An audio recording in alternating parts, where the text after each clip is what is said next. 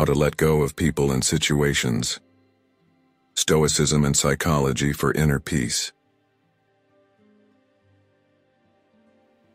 You have power over your mind, not outside events. Realize this, and you will find strength. Marcus Aurelius. Welcome to Stoic in Your Life. In today's fast-paced world, many of us struggle with holding on to things that weigh us down. Whether it's difficult relationships, painful past experiences, or the overwhelming need to control every aspect of our lives.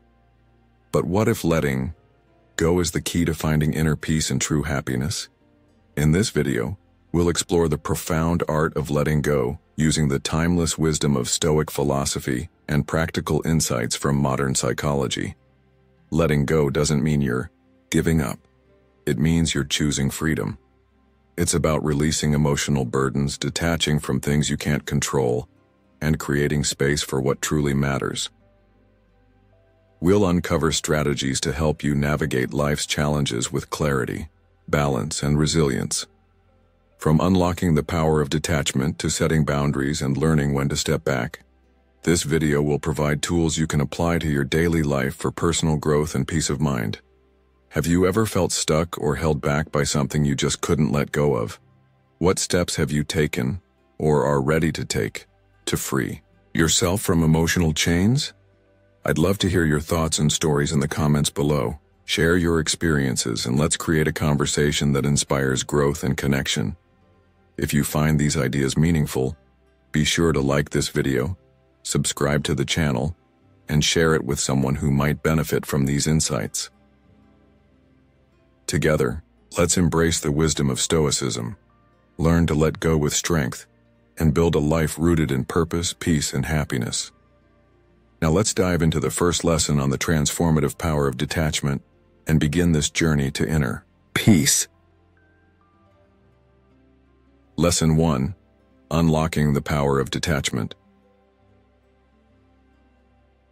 Freedom is the only worthy goal in life. It is won by disregarding things that lie beyond our control. Epictetus. As men navigating the complexities of life, relationships, and responsibilities, one of the greatest challenges we face is the art of letting go. It may sound counterintuitive, but letting go is not about abandoning our responsibilities or becoming indifferent. It's about reclaiming the freedom to live fully and authentically. Letting go often begins with understanding the power of detachment, a practice rooted deeply in Stoicism. Detachment is not about caring less, rather, it's about releasing the mental grip we hold on people, outcomes, or situations we cannot control. This grip, often fueled by fear of losing someone, fear of failure, or fear of change, keeps us bound to unnecessary stress and anxiety. The paradox is that the tighter we cling, the more we suffer. Epictetus reminds us, it's not what happens to you, but how you react to it that matters. This wisdom teaches us that real freedom is found not in manipulating life to fit our desires, but in adjusting our mindset to navigate life's uncertainties with grace and clarity. In modern life, this principle of detachment has immense relevance. Think about how much energy is wasted on worrying about things that are out of our hands. The opinions of others, the unpredictable actions of loved ones, or the endless what-ifs of life. As men, society often places expectations on us to control, fix, or take charge of every situation. While responsibility is admirable, it is essential to recognize the fine line between healthy involvement and unhealthy attachment. To detach is not to withdraw from life, but to engage with it in a way that protects your inner peace. Picture holding a handful of sand. The more you squeeze, the faster it slips through your fingers. But hold it gently, and it stays with you. This metaphor illustrates the balance detachment brings, an ability to care deeply while releasing the need for control. To unlock the power of detachment, start by examining the areas in your life where you feel trapped or overwhelmed. Ask yourself, what am I holding on to that is causing me unnecessary stress? It could be a toxic relationship, an unresolved grudge, or even an obsession with achieving a specific outcome. Often our attachments are rooted in misplaced priorities or an overestimation of how much control we truly have. Marcus Aurelius wisely stated, "You have power over your mind, not outside events." Realize this, and you will find strength. By shifting your focus inward and recognizing that external events are beyond your control, you reclaim your emotional energy and gain a clearer perspective on what truly matters. Detachment doesn't mean passivity or indifference. It means practicing mindful acceptance.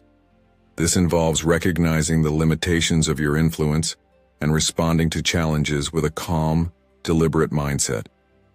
In practical terms, it might mean setting boundaries in a draining relationship, learning to accept a situation that cannot be changed, or choosing not to react to someone's negativity. For example, if a coworker's criticism upsets you, instead of obsessing over their words, focus on what is within your control, your response, your professionalism, and your self-confidence. Detachment allows you to navigate these interactions with a level head, preserving your energy for things that genuinely align with your values and goals. One practical exercise to cultivate detachment is to take 5 minutes each day to reflect on what is weighing you down. Ask yourself, can I change this? Is this within my control? If the answer is no, practice mentally releasing it. Close your eyes, take a deep breath, and say to yourself, I let go of what I cannot control. Over time, this simple act can rewire your thinking, helping you focus on what is essential and let go of the rest. Detachment, at its core, is about embracing reality as it is, not as you wish it to be. This mindset fosters resilience, clarity, and emotional balance, qualities that are invaluable in a world full of constant change. Stoicism teaches us that the more we detach from external things, the more we find strength within ourselves. This lesson resonates deeply in modern life, where social media, consumerism, and societal pressures often push us to tie our self-worth to material possessions, achievements, or approval from others. Detachment helps us resist these distractions by grounding us in what truly matters: our character, our choices, and the relationships that bring genuine meaning to our lives. Seneca captures this beautifully when he says, "He who is brave is free." The bravery to let go of what burdens us is what ultimately sets us free to pursue a life of purpose and fulfillment. Finally, detachment is not a one-time achievement but a lifelong practice. It requires self-awareness, patience, and a commitment to inner growth. It's a journey of learning to hold life's uncertainties lightly, to show up fully without being consumed by outcomes, and to prioritize peace over control. As you practice detachment, you'll notice a shift in how you experience life. Challenges will still arise, but they will no longer have the power to disrupt your inner stability. Relationships will deepen as you let go of the need to control others and instead embrace them as they are. Most importantly, you will rediscover a sense of freedom and lightness, knowing that your peace is not dependent on the chaos of the world, but on the calm you cultivate within. So as you reflect on this lesson, ask yourself, what is one thing I'm ready to let go of today? It doesn't have to be monumental. It could be a minor frustration, an unrealistic expectation, or a lingering regret. With each small act of letting go, you take a step closer to reclaiming your freedom and aligning your life with what truly matters. Lesson 2. Stepping back for mental clarity. In the whirlwind of modern life, where demands, distractions, and emotions often collide, stepping back can feel like a luxury we can't afford. Yet it's one of the most powerful tools we have to navigate challenges with calm and clarity. Let me ask you this. How often do you react impulsively when emotions are high, only to regret it later? Or feel so overwhelmed by a situation that your decisions become clouded? These are moments where the practice of stepping back becomes invaluable, not as a sign of avoidance but as an act of strength and intentionality. It's about creating space between what happens to you and how you choose to respond. In a world that constantly demands urgency, stepping back is a deliberate pause that allows you to regain control over your mind, clarify your thoughts, and approach life with purpose. Consider the story of David, a busy professional juggling a demanding job and family life. One day he found himself in the middle of a heated argument with a colleague over a project deadline. Emotions flared, voices rose, and David could feel the frustration bubbling over. Instead of escalating the argument further, David did something counterintuitive.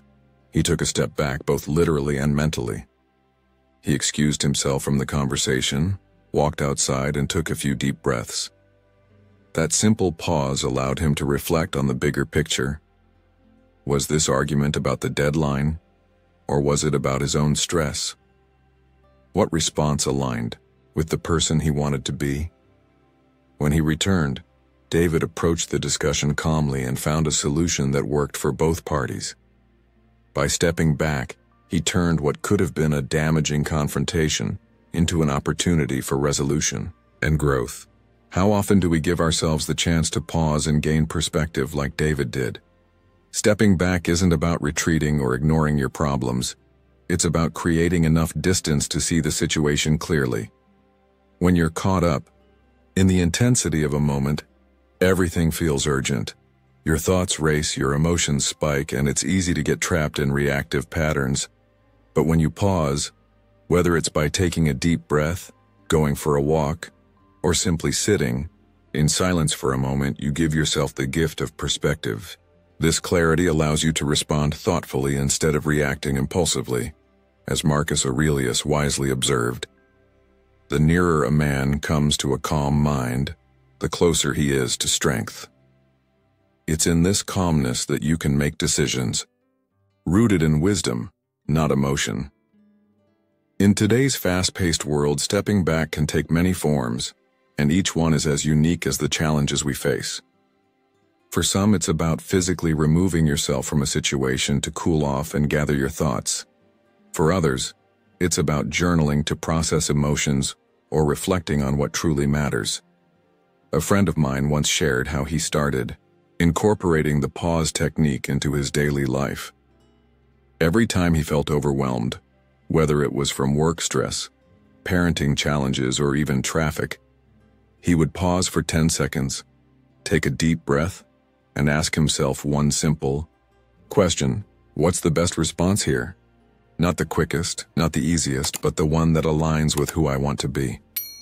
He told me this habit transformed the way he navigated conflicts, helping him to stay grounded and avoid unnecessary stress. What simple habits could you adopt to create more space in your life for clarity? Stepping back also means recognizing that not every situation requires an immediate reaction. In fact, some of the best decisions come after moments of reflection. Think of a painter standing too close to their canvas. Up close, all they see are messy brushstrokes, but when they take a few steps back, the full picture becomes clear. Life works in much the same way. When you step back, you allow yourself to see the bigger picture rather than getting lost in the details of the moment. It's this shift in perspective that enables you to act with intention and wisdom, even in the face of uncertainty. But stepping back isn't just about solving problems. It's about cultivating a sense of control over your own mind. When you take time to pause and reflect, you're reclaiming that power and refusing to let external chaos dictate your inner peace. It's a skill that grows stronger with practice, and one that can serve you in every area of life, from relationships to work to personal growth. So how do you begin practicing the art of stepping back? Start small. The next time you feel overwhelmed by a situation, pause for just a moment. Take a deep breath, count to 10, or step outside for fresh air. Use that brief moment to ground yourself and ask, what's really happening here? What's within my control, and what isn't? How do I want to show up in this moment? These questions act as a compass, guiding you back to your values and helping you respond with clarity and purpose. Another practical tool is perspective journaling. When emotions are high and your thoughts feel tangled, write them down as if you were giving advice to a close friend. This practice not only clears your mind but also helps you see the situation from a more objective angle. As you integrate these practices into your life, remember that stepping back isn't a sign of weakness, it's a sign of wisdom. It's an intentional choice to prioritize clarity over chaos, reflection over reaction. Life will always throw challenges your way, but how you respond to them is where your true power lies. By making a habit of stepping back, you cultivate a calmer, more thoughtful approach to life. You begin to see challenges not as insurmountable obstacles, but as opportunities to grow, learn, and act in alignment with your values. The lesson here is simple yet profound. You don't have to react to every trigger, rush into every decision, or solve every problem immediately. Sometimes, the best thing you can do is step back, breathe, and give yourself the space to think clearly. So let me ask you this. Where in your life do you feel the need to step back? Whether it's in your relationships, your career, or your inner struggles, remember that taking a moment for yourself is not selfish, it's essential. As you practice stepping back, you'll find that the clarity you gain isn't just a tool for navigating life, it's a foundation for living it with strength, balance, and peace. Lesson 3. Deciding when to distance yourself.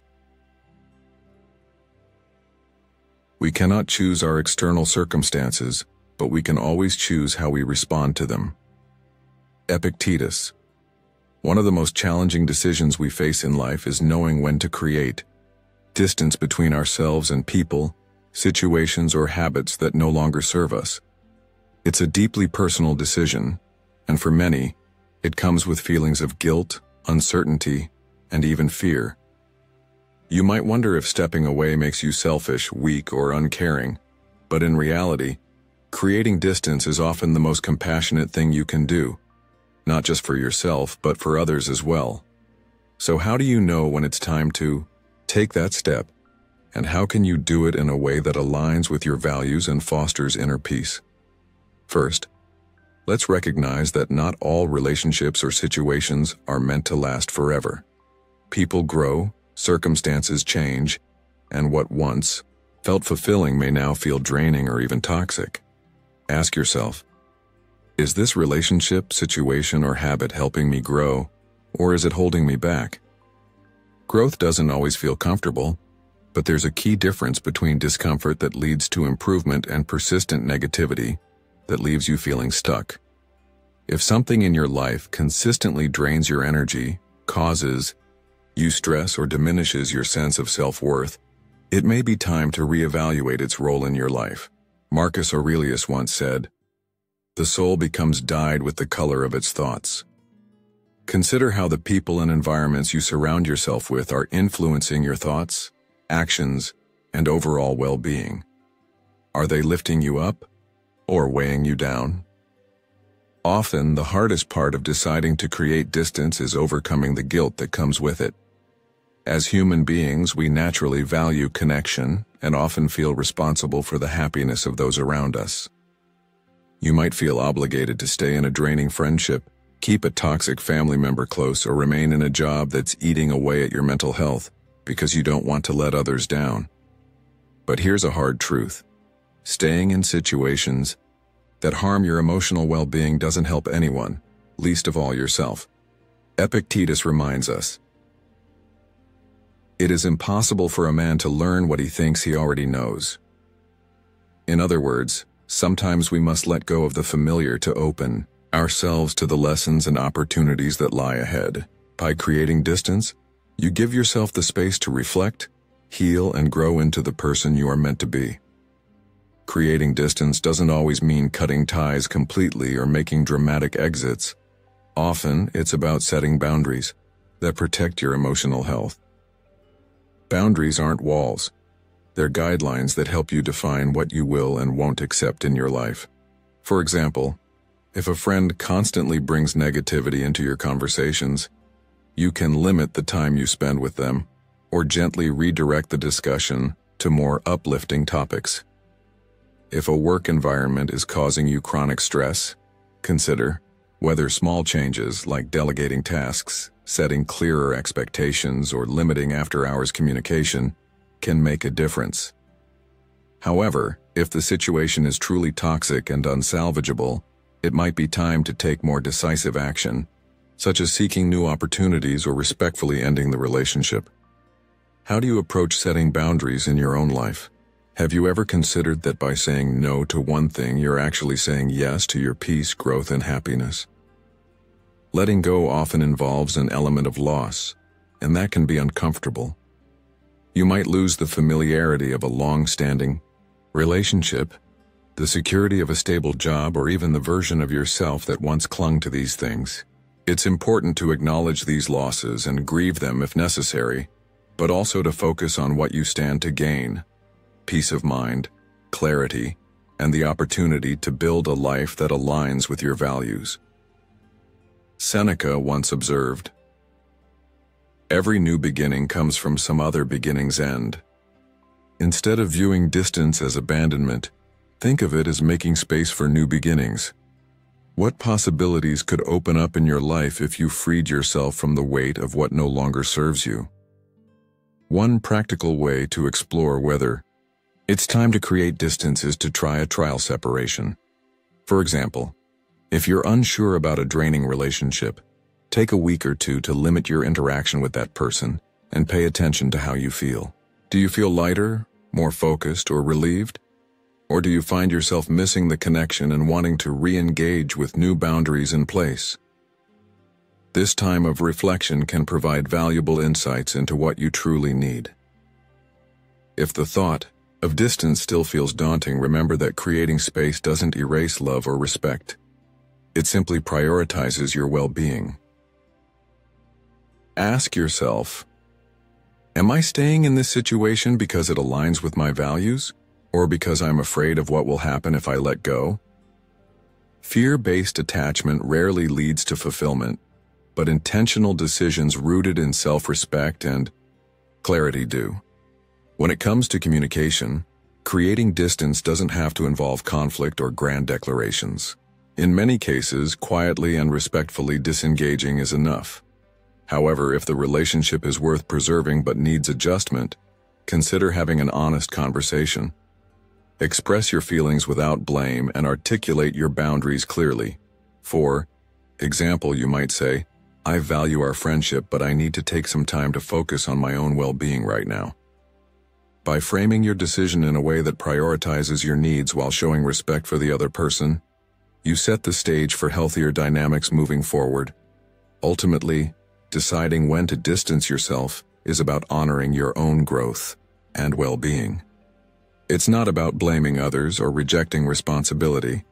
It's about making choices that align with who you want to be. Life is too short to spend it in situations that drain your energy or compromise your peace. As you reflect on this lesson, consider this. What is one relationship, habit, or situation in your life that might need reevaluating? And what small step could you take today to create the space you need for clarity and growth? By choosing to distance yourself from what no longer serves you, you free yourself to embrace what does.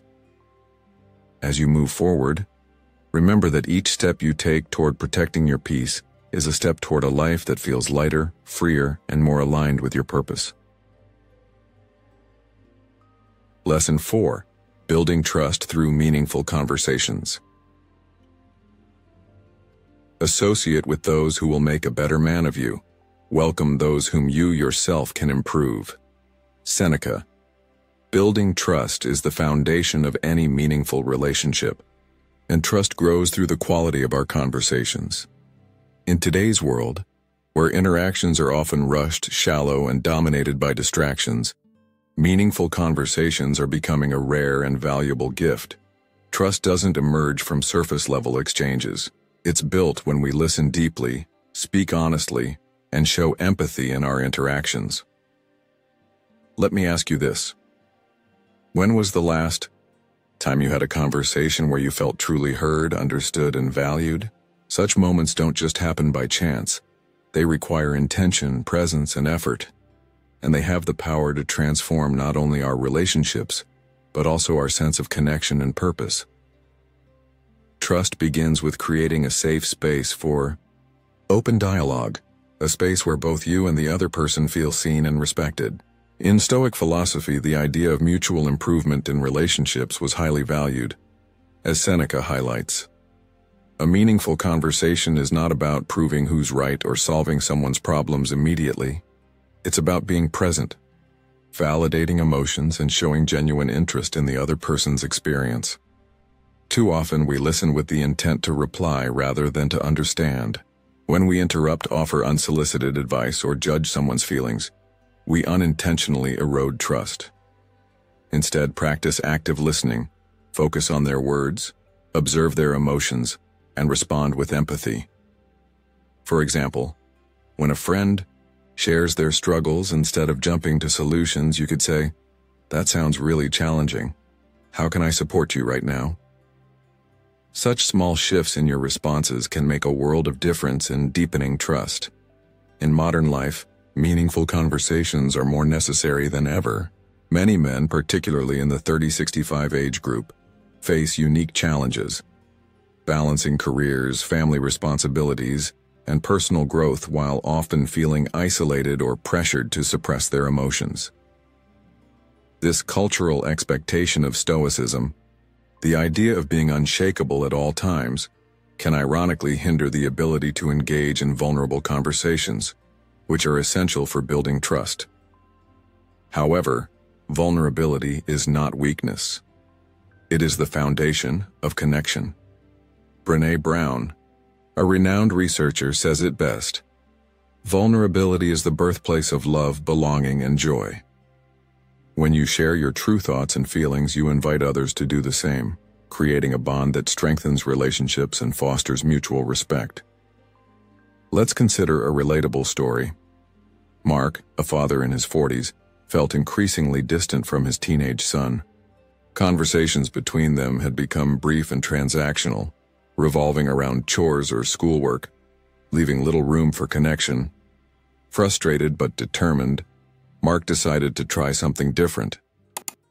One evening, instead of asking about homework or responsibilities, he sat down and simply said, "I've noticed we haven't been talking much lately, and I miss that. How are you doing, really?"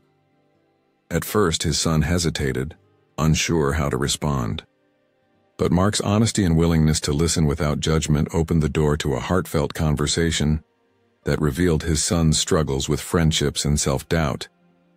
That single conversation not only deepened their trust, but also reminded Mark that meaningful relationships require intentional effort and openness. How many of us are willing to take that first step toward vulnerability, to strengthen our connections with those we care about?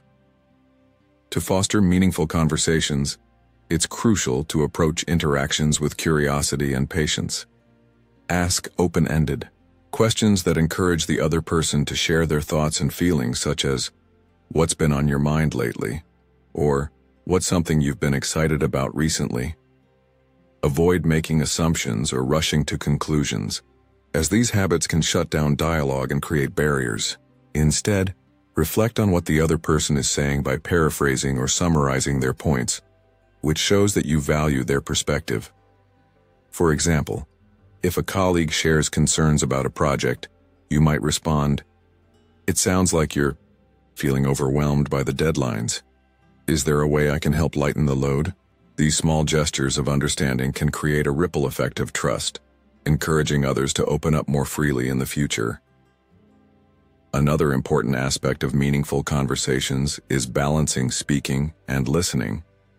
While it's essential to express yourself, dominating the conversation can make others feel unheard. Seneca reminds us, "We have 2 ears and 1 mouth, so that we can listen twice as much as we speak." Make it a habit to listen actively and speak thoughtfully, allowing space for the other person to share their thoughts without interruption. When you demonstrate respect for their voice, you not only build trust, but also set the tone for a more collaborative and enriching dialogue. Meaningful conversations also require addressing difficult topics with grace and honesty. Avoiding tough conversations out of fear of conflict or discomfort can lead to resentment and misunderstandings over time. Instead, approach sensitive subjects with empathy and a focus on solutions. For instance, if a friend or partner has been distant instead of accusing them, you might say, "I've noticed some distance between us lately and I want to understand how you're feeling. Can we talk about it?" Framing your words this way invites dialogue rather than defensiveness and reinforces your commitment to the relationship. What difficult conversation have you been avoiding, and how might addressing it lead to greater trust and understanding? Finally, remember that trust is built over time through consistent actions. One meaningful conversation can be the spark that deepens a relationship, but trust requires nurturing. Show up consistently, follow through on your commitments, and practice kindness in your interactions. Trust is not just about what you say, it's about how you show up, how you listen, and how you honor the bond you share with others. As Marcus Aurelius said, "Waste no more time arguing about what a good man should be. Be one." By embodying the qualities of empathy, integrity, and vulnerability in your conversations, you inspire others to do the same.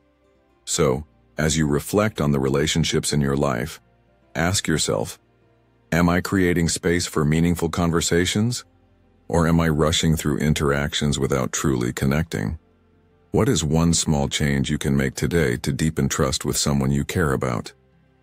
Whether it's a heartfelt question, an act of listening, or simply being present, these moments of connection have the power to transform not just your relationships but your sense of purpose and fulfillment. Meaningful conversations are not just about exchanging words. They're about creating a space where trust, understanding, and mutual growth can flourish. Let this be the day you commit to building trust one conversation at a time. Thank you for joining us in today's video. Before we move forward, I want to take a moment to express my gratitude for your support and presence in this community. It's truly a pleasure to have you here. I invite you to share your thoughts, personal experiences, or impressions in the comments below.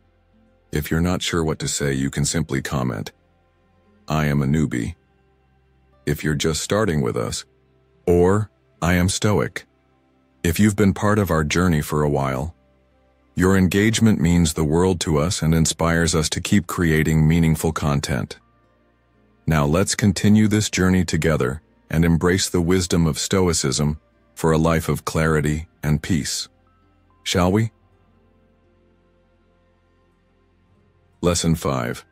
Mastering Emotional Boundaries. It is not what happens to you but how you react to it that matters. Epictetus. Emotional boundaries are like the invisible lines that protect our inner peace, allowing us to care for others without losing ourselves in their emotions. Yet, in a world that constantly pushes us to be available, empathetic, and understanding, mastering these boundaries can feel almost impossible. How often do you find yourself feeling drained, stressed, or even resentful because you've taken on someone else's emotional burdens? Perhaps you've been in situations where a friend's constant negativity, a family member's emotional demands, or even a colleague's frustration has seeped into your own state of mind. These moments remind us why boundaries are essential, not as walls to keep people out, but as guides to ensure we stay grounded, balanced, and emotionally healthy while still showing care for others. In modern life, the need for emotional boundaries is more important than ever. Between the constant connectivity of social media, demanding work environments, and personal relationships that often blur the lines, it's easy to feel overwhelmed by the weight of other people's emotions. Consider this. You're not just responsible for your own mental well-being, but you're also navigating a world where everyone seems to expect you to listen, respond, and fix their problems. How do you balance your desire to help with the need to protect your peace? The key lies in recognizing that while you can care deeply about others, You are not responsible for their emotions. As Marcus Aurelius wisely said, "You have power over your mind, not outside events." Realize this, and you will find strength. This understanding is the foundation of emotional boundaries, helping you remain compassionate without being consumed. Let me share a story to illustrate this. James, a middle-aged professional, found himself constantly absorbing the stress of his workplace.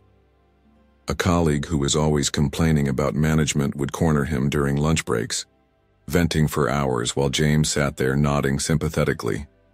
At home, his partner would unload their frustrations about the day, and James, determined to be supportive, would stay up late trying to comfort them. Over time, James felt emotionally drained, unable to find time for his own needs.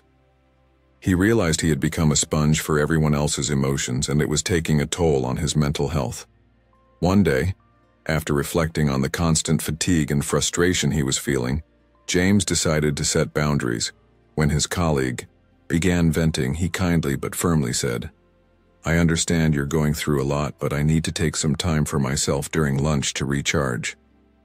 At home, he shared with his partner, "I want to support you, but I also need some time to unwind after work before we talk." These small shifts, though uncomfortable at first, helped James regain his balance while still showing care for those around him. How often do you feel like James, carrying the emotional weight of others? What would setting even one boundary change for you? To master emotional boundaries, the first step is awareness. Pay attention to the situations and relationships that leave you feeling drained or overwhelmed. Ask yourself, am I taking on emotions that aren't mine? Recognizing when and where your boundaries are being crossed is crucial because it helps you take back control of your emotional energy. For example, if you notice that a particular friend's constant negativity leaves you feeling stressed, it might be time to reassess how much energy you're investing in those conversations. Epictetus reminds us, "Make the best use of what is in your power, and take the rest as it happens." This wisdom can guide you to focus on what you can control, your own reactions and choices, while letting go of the emotional burdens that are not yours to bear. Once you've identified where boundaries are needed, the next step is communication. Setting boundaries doesn't mean being harsh or shutting people out. It's about expressing your needs clearly and respectfully. For example, if someone frequently unloads their problems on you, you might say, "I care about you and want to support you, but I also need to make sure I'm taking care of myself.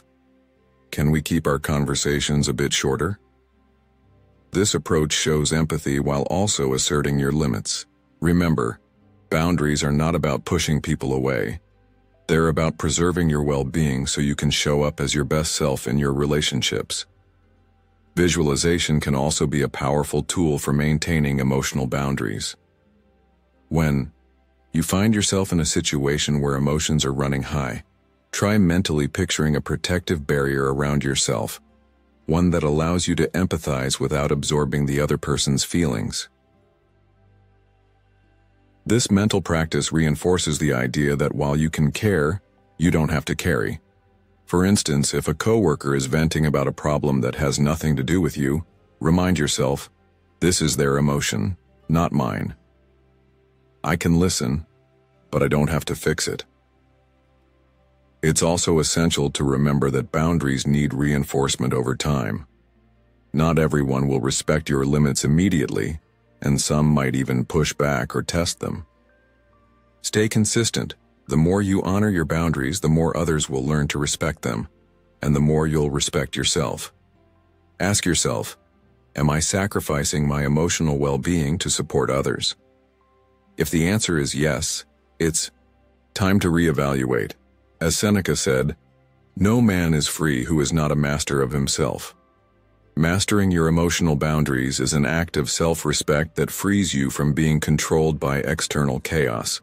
Emotional boundaries are not about shutting out the world. They're about creating a life where you can engage with others from a place of strength and clarity. They allow you to show up for the people you care about while still prioritizing your own peace.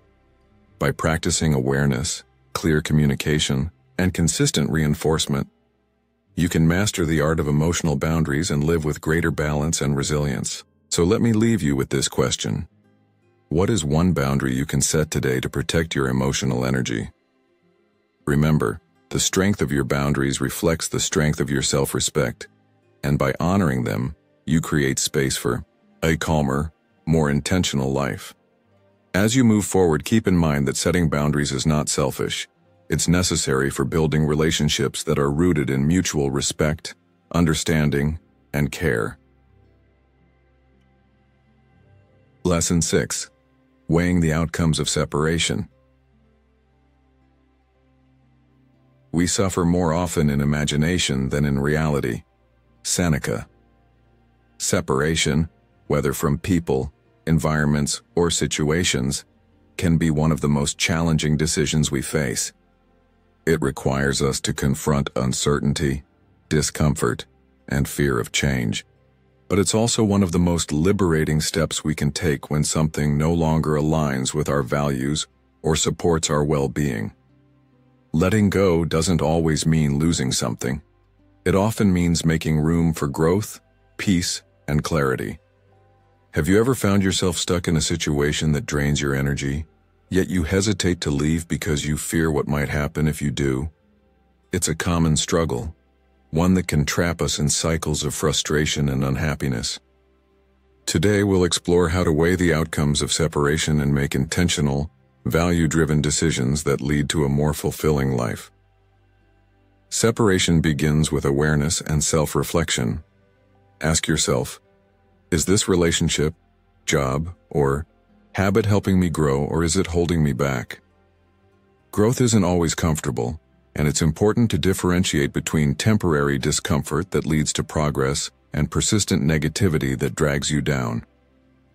Marcus Aurelius reminds us, "The impediment to action advances action. What stands in the way becomes the way." Sometimes the very obstacles we fear confronting are the ones that lead to our greatest transformation. To weigh the outcomes of separation, it's essential to evaluate both the benefits and potential costs of staying versus leaving. For instance, if you're considering ending a toxic friendship, think about how it impacts your daily emotional state. Do you feel consistently drained or unappreciated? Are you sacrificing your values or well-being to maintain the connection? By honestly assessing the emotional toll, you begin to see whether the relationship aligns with the life you want to build. Fear is often the biggest barrier to separation. We imagine worst-case scenarios, loneliness, regret, or the loss of security, and let those fears paralyze us. Seneca's wisdom reminds us that much of our suffering is rooted in these imagined fears rather than reality. When you weigh the outcomes, ask yourself, what's the worst that could happen? Then counter that with, what's the best that could happen? For example, if you're hesitant to leave a job that's no longer fulfilling, consider the opportunities that might arise once you free yourself from the situation. Greater freedom to pursue meaningful work, improved mental health, or even the possibility of discovering a path you hadn't considered. What are you clinging to out of fear? And how might letting go open doors to new possibilities? Separation doesn't have to be an all-or-nothing decision. In some cases, creating distance rather than cutting ties completely can be enough to restore balance and peace. If a relationship is draining but not entirely toxic, consider setting boundaries that protect your emotional well-being while maintaining the connection. For example, instead of ending a friendship outright, you could choose to limit your interactions or focus on activities that bring mutual joy. Boundaries allow you to prioritize your needs without burning bridges, fostering healthier dynamics and a greater sense of control. What areas of your life might benefit from creating more distance, and how could small shifts improve your sense of balance? It's also crucial to reflect on your long-term well-being when weighing the outcomes of separation. Staying in a situation that compromises your mental or emotional health often has ripple effects that extend far beyond the present moment. Ask yourself, how does this impact my future self? If you remain in an environment or relationship that stifles your growth, you risk losing time, energy, and opportunities that could be invested in something more meaningful. Epictetus famously said, "First say to yourself what you would be, and then do what you have to do." By clarifying the person you want to become, you can make decisions that align with your vision, even if they require temporary discomfort. To make separation more manageable, try a practical exercise like a pros and cons reflection. Take a piece of paper and divide it into 2 columns, one for the benefits of staying and one for the benefits of leaving. Be honest and specific. Write down not just tangible outcomes, but also emotional and psychological impacts. Seeing these factors laid out can help you approach the decision with greater clarity and confidence. For instance, you might realize that staying in a stressful job provides financial stability, but costs you your peace of mind, while leaving offers the chance to explore new opportunities despite some initial uncertainty. By engaging in this exercise, you gain perspective on what truly matters, making it easier to act in alignment with your values. It's important to remember that separation isn't about avoiding responsibility or blaming others. It's about choosing to live intentionally and prioritize your own growth and happiness. Seneca wrote, "Every new beginning comes from some other beginning's end."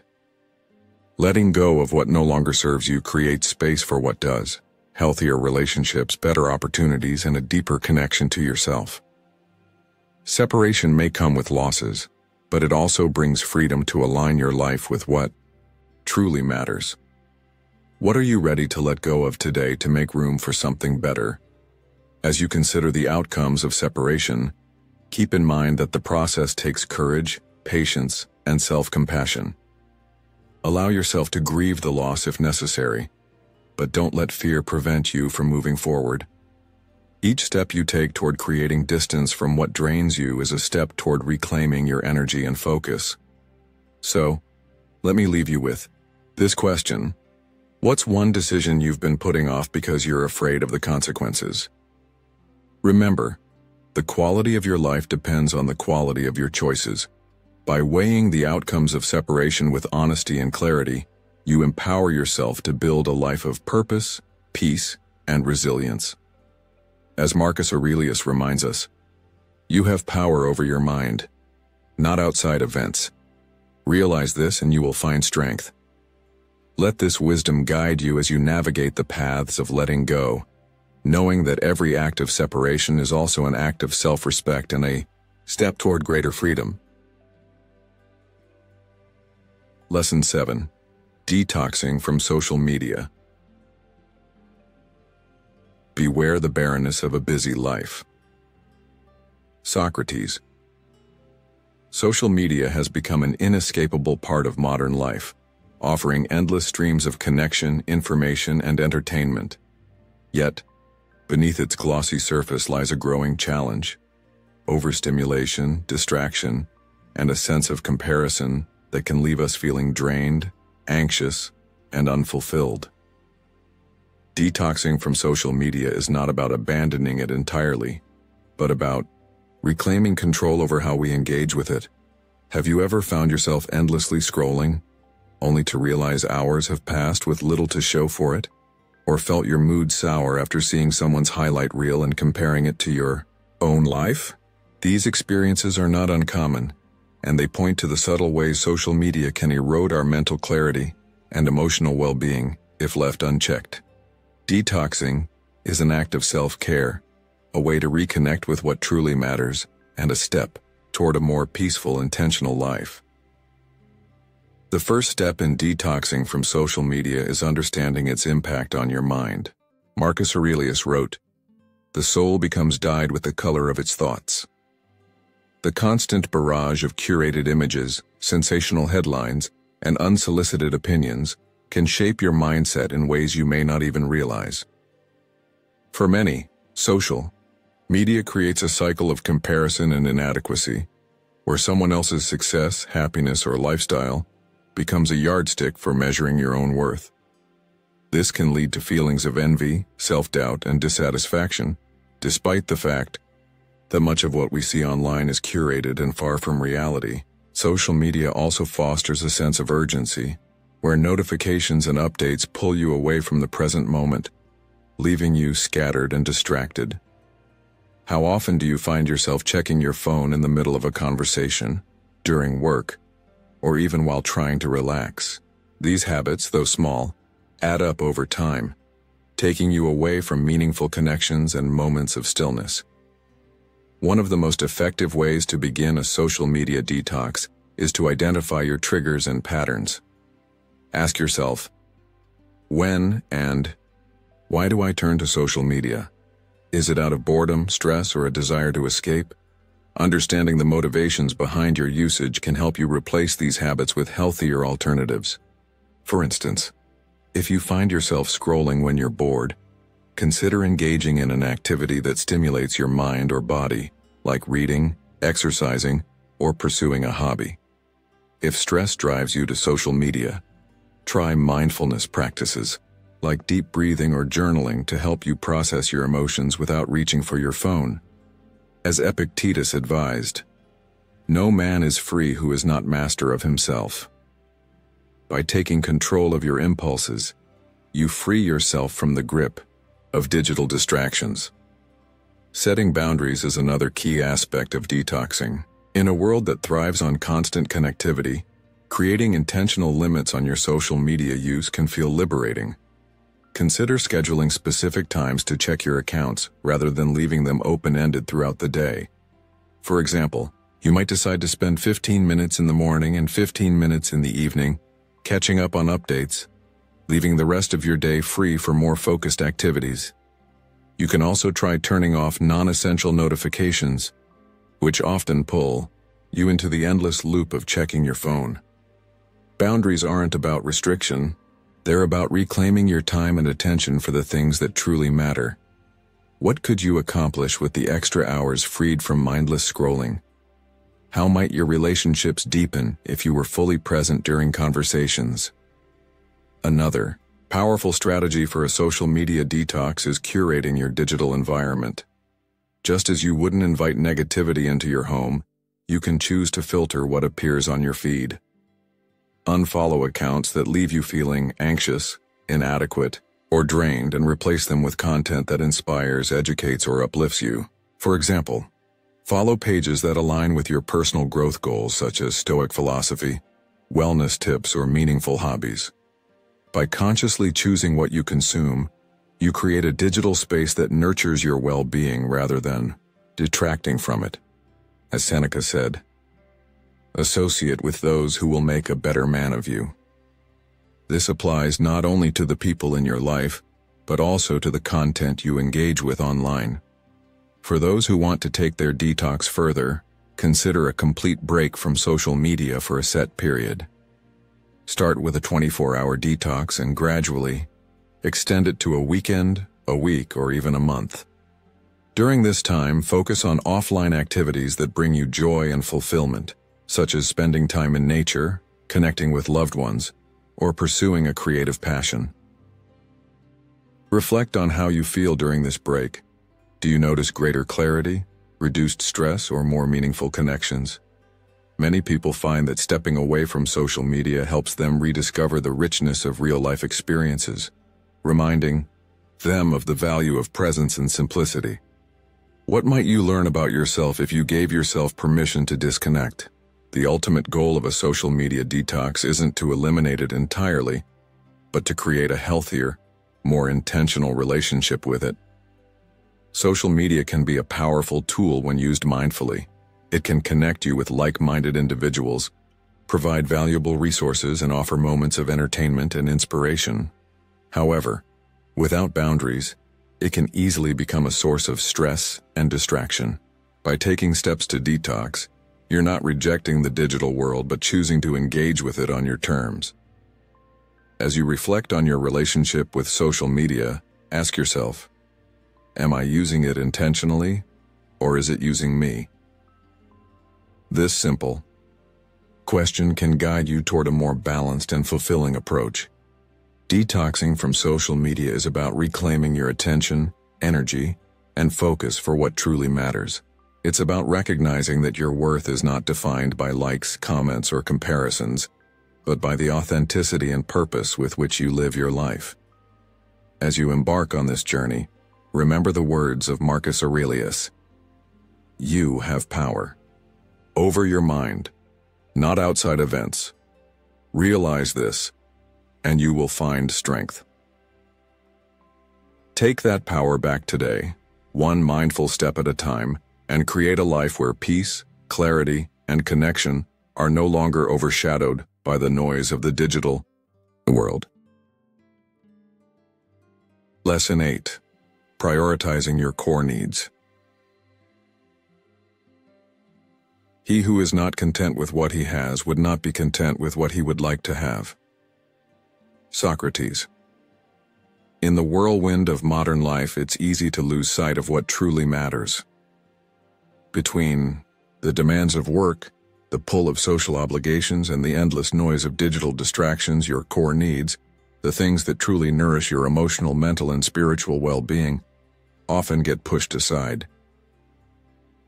How often do you find yourself saying, "I'll get to it later," only to realize that later never comes? The truth is, if you don't prioritize your core needs, no one else will. Your core needs are not about indulgence or selfishness. They are the foundation of a balanced and fulfilling life.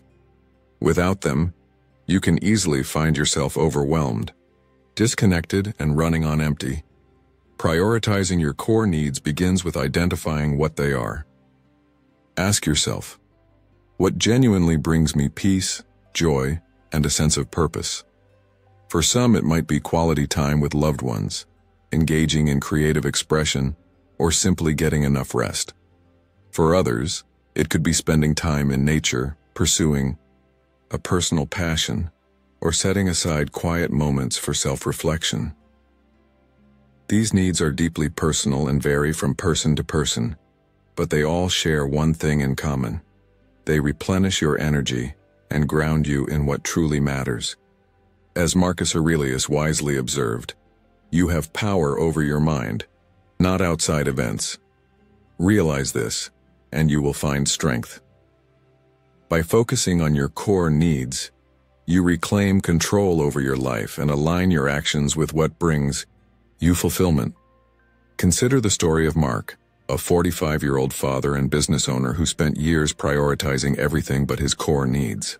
Between running a growing company and managing his family responsibilities, Mark convinced himself that he didn't have time for rest, exercise, or personal growth. Over time, he became irritable, fatigued, and distant from the people he cared about most. One day, after a particularly stressful week, his wife gently asked, "When was the last time you did something just for yourself?" That question hit Mark hard. He realized he had been running on autopilot, neglecting the very things that made him feel alive. He decided to start small, waking up 30 minutes earlier to exercise, scheduling a weekly walk with a friend, and dedicating Sunday mornings to reading and journaling. These small changes transformed his mindset, energy, and relationships. Mark's story is a reminder that prioritizing your needs isn't selfish. It's what allows you to show up fully for others. What are you neglecting in your life that could make all the difference if you gave it the attention it deserves? One of the biggest barriers to prioritizing your core needs is the fear of saying no. Many of us feel obligated to meet the expectations of others, often at the expense of our well-being. But as Seneca wisely said, it is not that we have a short time to live, but that we waste a lot of it. Saying no to what drains you is saying yes to what sustains you. Think about your daily commitments. How many of them truly align with your values? Are there areas where you can set boundaries to protect your time and energy? For instance, if your evenings are filled with activities that leave you exhausted, consider scaling back or delegating tasks. By doing so, you create space for the things that matter most. Another essential step is simplifying your life.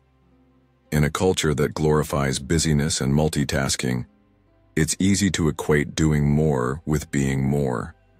However, Stoicism teaches us to focus on what is essential and let go of the rest. Epictetus said, "Wealth consists not in having great possessions but in having few wants."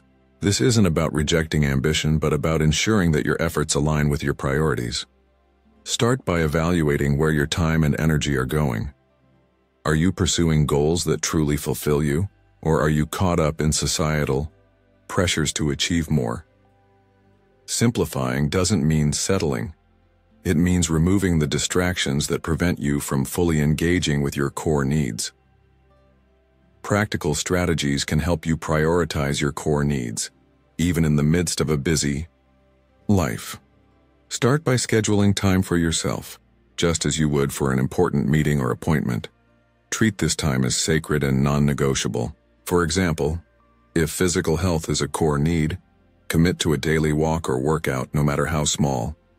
If relationships are a priority, schedule regular check-ins with loved ones or plan activities that strengthen your bond. Small, consistent actions add up over time, creating habits that support your well-being. What is one small action you can take today to honor one of your core needs? It's also important to let go of guilt when prioritizing yourself. Many people, especially men in the 30-65 age range, feel pressure to provide, achieve, and always be available for others. While these responsibilities are important, neglecting your own needs often leads to burnout, resentment, and a diminished ability to care for those around you. Remember, self-care is not selfish. It's what enables you to show up with energy, focus, and compassion. Think of it as filling your own cup so you can pour into others without depleting yourself. How might your relationships and responsibilities improve if you made your well-being a priority? Finally, reflect on the deeper purpose of your life.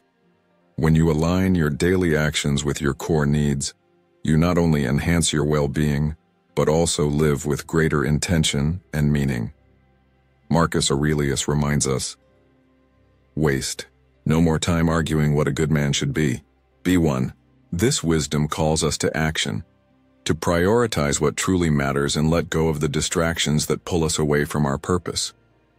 By focusing on your core needs, you create a life that feels authentic, fulfilling, and aligned with your values. So, let me ask you, what are your core needs and how can you start prioritizing them today?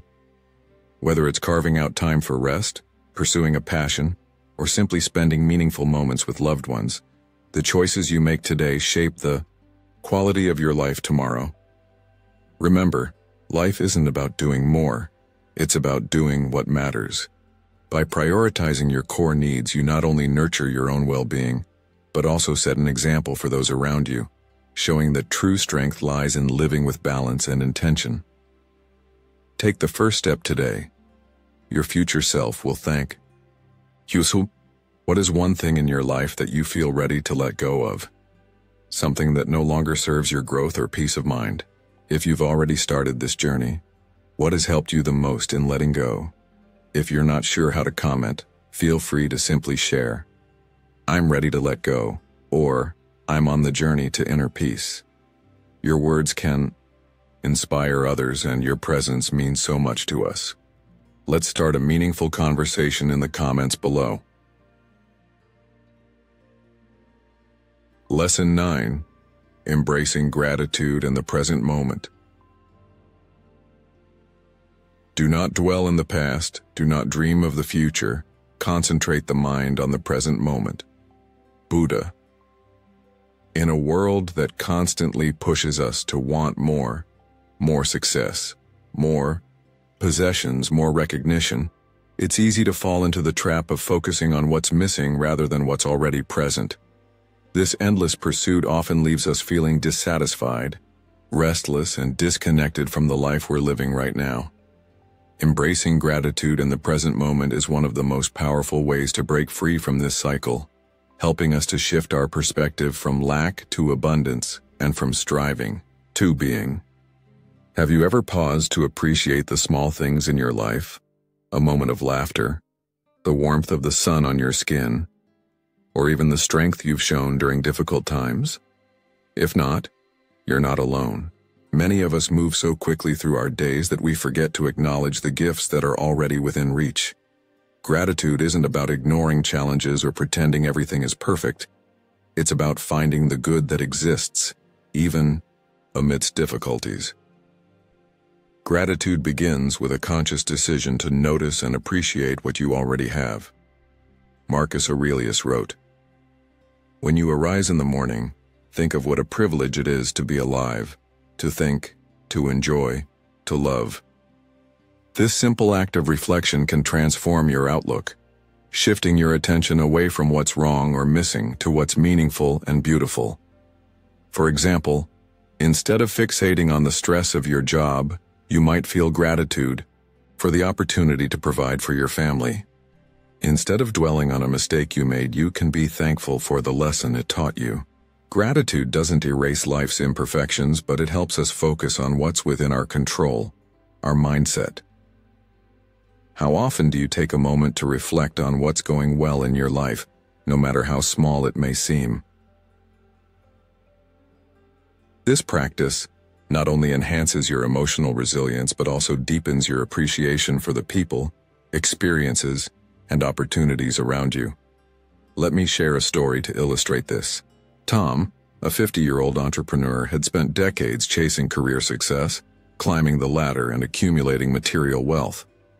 Yet, despite achieving everything he thought he wanted, he felt unfulfilled and disconnected. One evening, while reviewing his day, he realized he couldn't recall a single moment that truly brought him joy. Determined to change, Tom began a simple gratitude practice. Each morning, he wrote down 3 things he was grateful for: his health, a kind gesture from a colleague, or the comfort of his morning coffee. Over time, this small habit rewired his perspective. He began noticing moments he previously overlooked, like the way his dog greeted him with excitement every evening, or how his favorite song made his commute enjoyable. Tom discovered that his life hadn't been lacking. It was his attention that needed recalibrating. How much of your own happiness might be hidden in moments you've yet to acknowledge? Embracing the present moment goes hand in hand with gratitude. Too often we live in the grip of the past or the anticipation of the future, allowing regrets and worries to steal our peace. But the present is where life happens, and learning to fully engage with it is key to experiencing true contentment. As Eckhart Tolle said, "Realize deeply that the present moment is all you ever have. Make it the primary focus of your life." This means letting go of the past you cannot change and the future you cannot control. It means savoring the taste of your food, truly listening to a friend when they speak, or noticing the colors of the sunset instead of scrolling through your phone. These simple acts anchor you to the here and now, reminding you that life isn't something to rush through but to experience deeply and intentionally. In modern life, staying present can feel like an uphill battle, with endless distractions pulling our attention in every direction. Social media, emails, and the constant hum of notifications make it challenging to focus on what's in front of us. But staying present doesn't require a dramatic life overhaul. It starts with small, intentional choices. Take a few moments each day to practice mindfulness, whether through meditation, deep breathing, or simply observing your surroundings without judgment. Try setting boundaries with your devices, such as turning off notifications during meals or leaving your phone in another room while spending time with loved ones. What might you discover about yourself and your life if you allowed yourself to be fully present, even for a few minutes a day? A practical way to cultivate gratitude and presence is through journaling. At the end of each day, write down 3 things that made you smile or brought you peace, no matter how small. This simple exercise trains your mind to look for the good, even on challenging days. Another approach is gratitude walks, spending time outdoors while reflecting on the things you're thankful for. The combination of movement, fresh air, and positive reflection can have a profound impact on your mood and outlook. If you're someone who struggles with letting go of the past or worrying about the future, try repeating this mantra: I am here, I am now, I have enough. This affirmation reminds you that your worth and happiness are not tied to what's behind or ahead of you, but to the life you're living in this very moment. As you embrace gratitude in the present moment, you may notice subtle yet powerful changes in your life. Relationships often deepen as you become more engaged and attentive. Stress diminishes as you let go of what you can't control. And most importantly, you cultivate a sense of abundance that transforms how you experience the world. The Stoics understood that happiness isn't found in external circumstances, but in the quality of our thoughts and the perspective we choose to adopt. Seneca wisely noted, "True happiness is to enjoy the present without anxious dependence upon the future." How can you begin enjoying the present more fully today? Ultimately, embracing gratitude in the present moment is not just a practice, it's a mindset. It's about choosing to see the good, even in imperfection, and recognizing that life is made up of the small, fleeting moments we often take for granted. As you go through your day, challenge yourself to find joy in the ordinary, the warmth of a cup of coffee, the sound of laughter, or the strength you've shown in facing challenges. Remember, life doesn't wait for you to appreciate it. It happens in the now. Let me leave you with this question. What is one thing you're grateful for in this very moment, and how can you fully embrace it? By cultivating gratitude and presence, you unlock the power to live a life of clarity, peace, and deep fulfillment. As Marcus Aurelius said, dwell on the beauty of life, watch the stars, and see yourself running with them. Let that beauty remind you to be here, to be grateful, and to live fully. Lesson 10. Cultivating Flexibility and Adaptability. Life is unpredictable, and no matter how carefully you plan or how much you try to control outcomes, change is inevitable.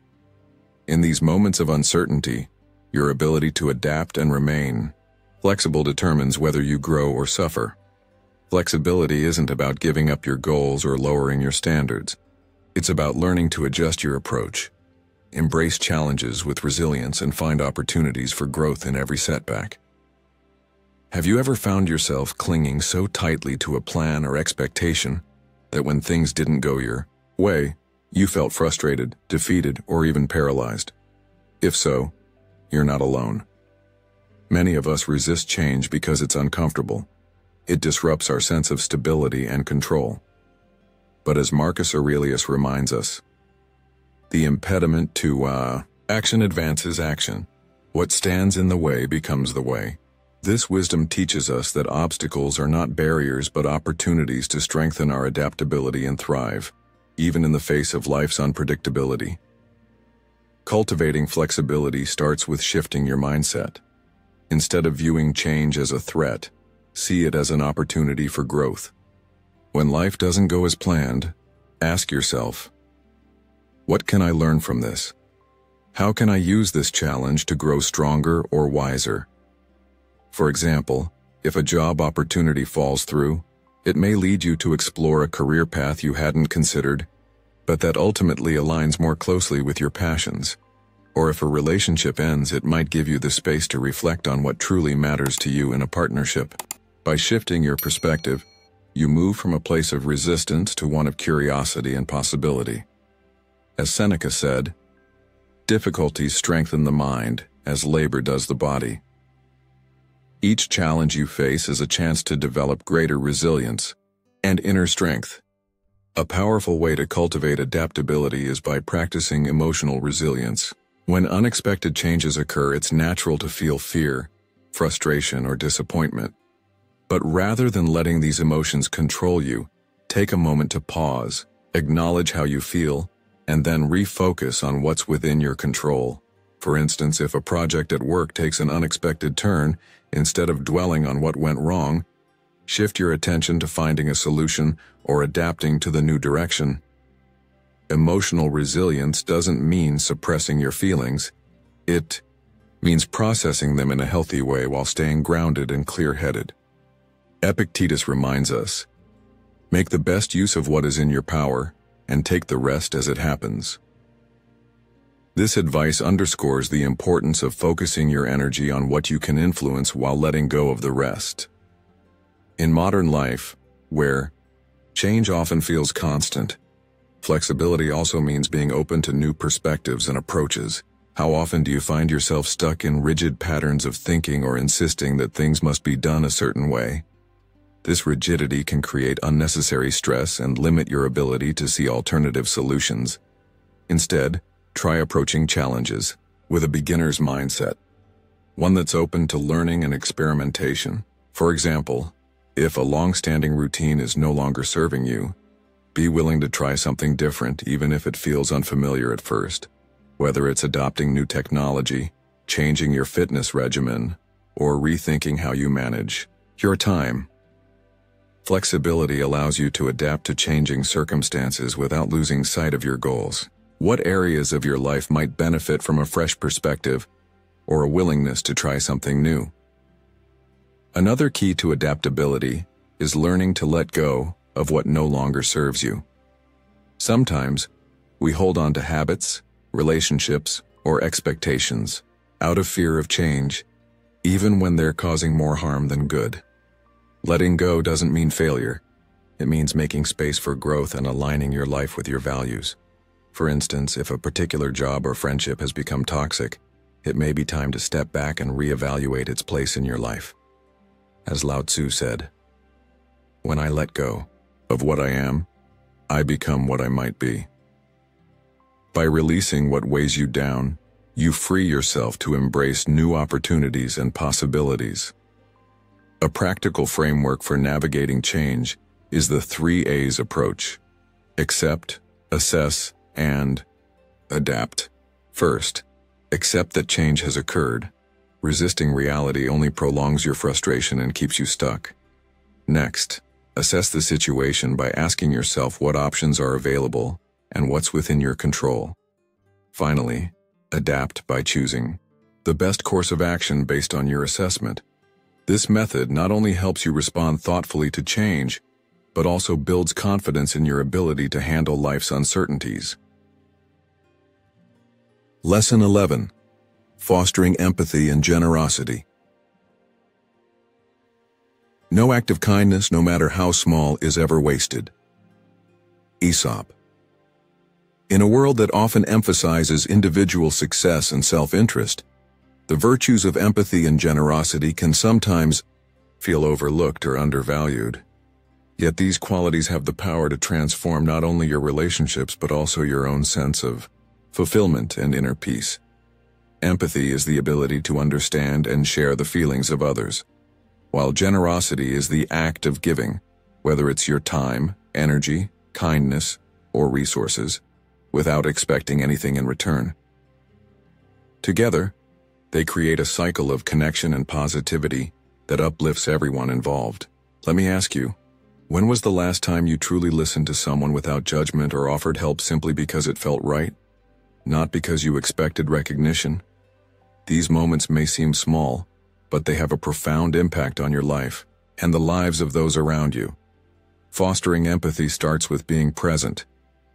In today's fast-paced world, where distractions are constant and conversations are often rushed, it's easy to fall into the habit of hearing without truly listening.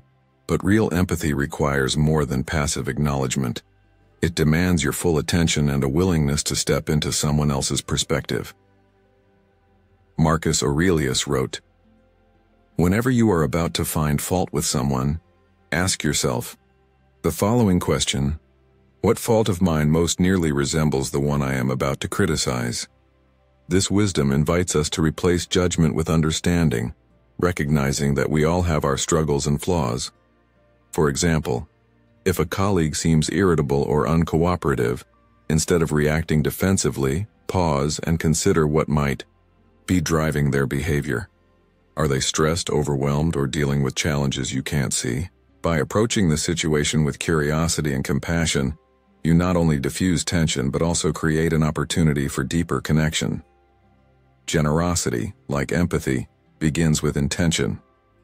It's not about grand gestures or material gifts, but about the simple acts of kindness that show others they are valued and supported. Think about a time when someone went out of their way to help you. Perhaps they offered words of encouragement during a tough time, shared their expertise to solve a problem, or simply checked in to see how you were doing. How did that make you feel? These moments remind us that generosity isn't measured by size but by sincerity. As Seneca said, "Wherever there is a human being, there is an opportunity for kindness." Opportunities to be generous are all around you, whether it's offering a helping hand to a neighbor, mentoring a colleague, or even just sharing a smile with a stranger. Each act, no matter how small, contributes to a ripple effect of positivity that spreads far beyond its initial impact. Let's consider the story of Ben, a middle-aged father who once viewed generosity as something transactional. He helped others when it was convenient or when he believed it would benefit him in some way. One day his teenage daughter came home upset after school, sharing how a friend had stood up for her during a difficult moment. Ben was struck by the power of his daughter's gratitude and how one small act of generosity from her friend had made such a difference. Inspired, Ben began looking for ways to practice generosity in his own life, not for recognition but simply to bring joy to others. He started volunteering at a local food bank, offering free tutoring sessions to students in need, and making time to reconnect with old friends. Over time, Ben noticed a shift, not only in how others responded to him, but also in how he felt about himself. Generosity had become a source of fulfillment, reminding him that true happiness comes from giving without expecting anything in return. How might your life change if you made generosity a daily practice, even in the smallest ways? Empathy and generosity are deeply connected, each reinforcing the other. When you take the time to understand someone else's struggles, you're more likely to feel motivated to help.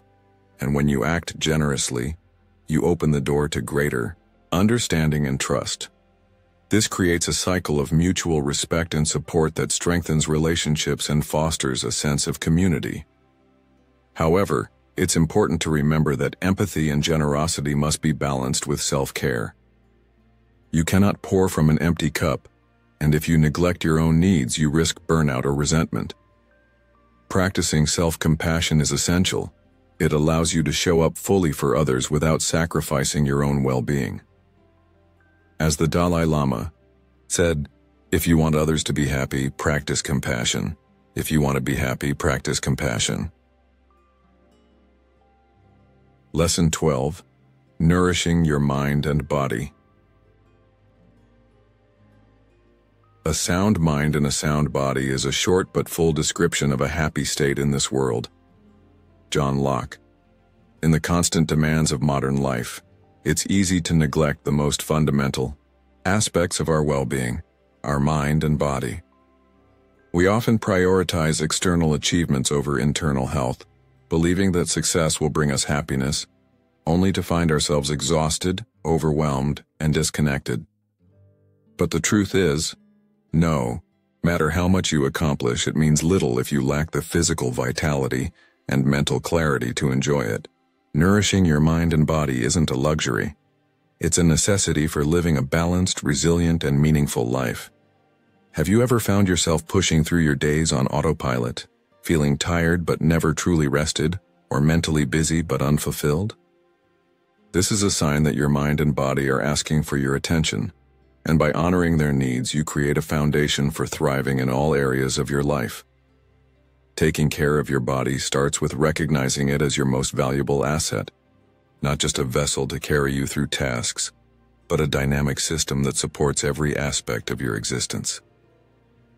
Marcus Aurelius reminds us, "You must take care of your soul and body alike." Physical health directly influences mental clarity and emotional stability, yet it's often the first thing we neglect when life gets busy. Regular movement, balanced nutrition, and quality sleep are not just habits. They are acts of self-respect that fuel your ability to handle life's challenges with energy and resilience. Consider how much better you feel after a brisk walk, a nourishing meal, or a full night's rest. Your mood lifts, your focus sharpens, and you feel more capable of tackling the day ahead. How might your life change if you consistently prioritize these simple but powerful acts of care? One common misconception is that self-care requires drastic lifestyle changes or time-consuming routines, but the opposite is true. Small, consistent actions can have a profound impact over time. For example, drinking more water throughout the day, setting aside 15 minutes for stretching or yoga, or swapping out processed snacks for whole foods can all contribute to better physical health without overwhelming your schedule. The key is to make these changes sustainable and tailored to your needs. Start by asking yourself, what is one small thing I can do today to feel better in my body? Whether it's taking the stairs instead of the elevator, preparing a home-cooked meal, or simply going to bed 30 minutes earlier, each step builds momentum toward a healthier, more energized version of yourself. Equally important is the nourishment of your mind. In a world filled with constant noise and information overload, taking time to care for your mental well-being is more essential than ever. The Stoics believed in the power of reflection and mindfulness as tools to cultivate inner peace and clarity. Seneca said, "We suffer more often in imagination than in reality." This wisdom reminds us that much of our stress comes from how we think about our challenges, rather than the challenges themselves. To nourish your mind, begin by creating moments of stillness in your day. This could be through meditation, journaling, or simply sitting quietly without distractions. These practices help you process your thoughts, release tension, and reconnect with what truly matters. How often do you give yourself permission to pause and just be present with your thoughts? By prioritizing this time, you gain clarity and resilience to navigate life's complexities with a calm and focused mind. Another way to nourish your mind is by being intentional about what you consume, not just in terms of food, but also information and experiences. Just as a poor diet can weaken your body, a constant intake of negativity or meaningless distractions can clutter your mind. Consider the media you engage with, the conversations you have, and the environments you spend time in. Are they enriching and inspiring, or do they leave you feeling drained and unfocused? Curate your mental diet by seeking out books, podcasts, and relationships that challenge you to grow and uplift your spirit. As Epictetus said, "The key is to keep company only with people who uplift you, whose presence calls forth your best." Who or what in your life encourages you to think, deeply act wisely, and pursue your highest potential? As you nourish your mind and body, it's important to let go of the guilt or self-doubt that often accompanies self-care.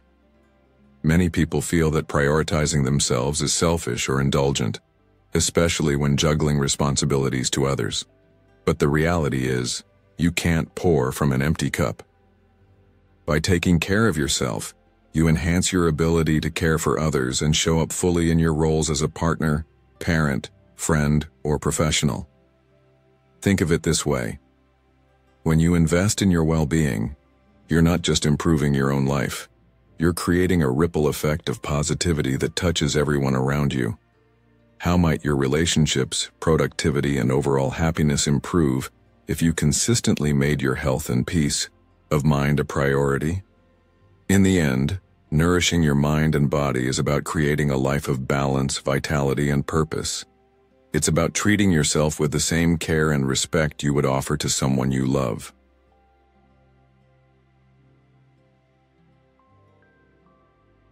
Letting go is not about giving up. It's about freeing yourself from the weight of what no longer serves you, be it people, situations, or even outdated beliefs. It's about creating space for growth, peace, and a life aligned with your true values. Through the wisdom of Stoicism and modern psychology, we've explored practical ways to embrace detachment, set boundaries, and live more intentionally. Remember, as Marcus Aurelius said, you have power over your mind, not outside events. Realize this and you will find strength. If this message resonated with you, I encourage you to take action today. Reflect on one thing you're ready to let go of and take a step toward inner peace. And if you found this video helpful, Please support Stoic in your life by liking this video, sharing it with others who might benefit, and subscribing to our channel. Don't forget to turn on notifications so you never miss our upcoming episodes, where we continue to explore timeless wisdom for modern challenges. Thank you for joining me on this journey, and I look forward to seeing you in the next video. Stay strong, stay intentional, and let's keep embracing life with clarity and purpose.